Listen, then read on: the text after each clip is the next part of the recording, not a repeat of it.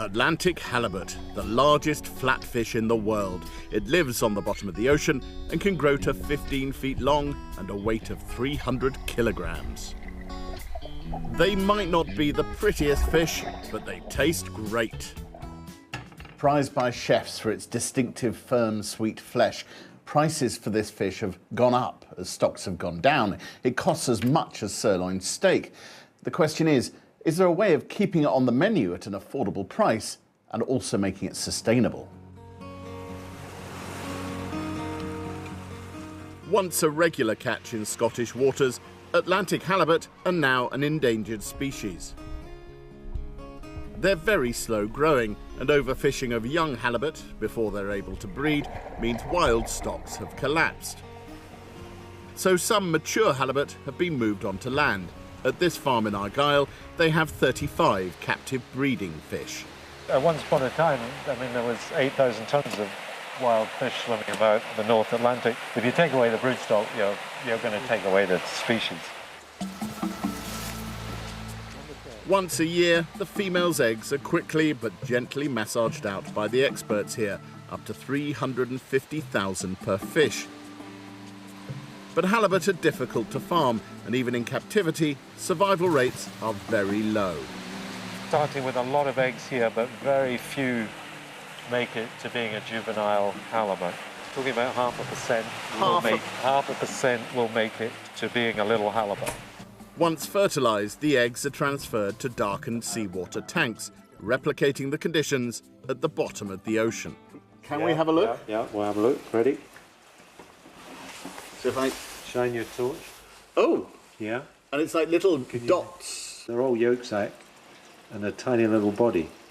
It's a tricky business breeding halibut, isn't it? It's a tricky business. It's a very long stage, this, for a fish. 30 days of absorbing a yolk sac. Any other species, it's much quicker. After 3 months, another tank, where the survivors grow, slowly. This is not fast food.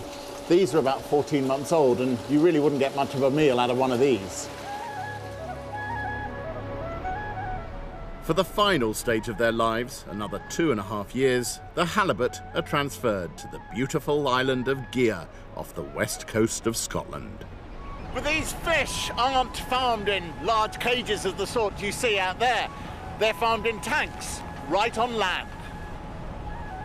This is the only onshore halibut farm in the UK and looks like an industrial installation. In each one of these tanks, there's about 7,000. So we'll take 7,000 fish up to 4 kilos, so you'll have 28 tonnes of halibut.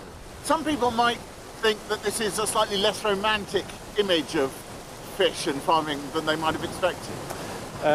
No, this is farming, and it's the only way people are going to be able to sit down and enjoy halibut in the future.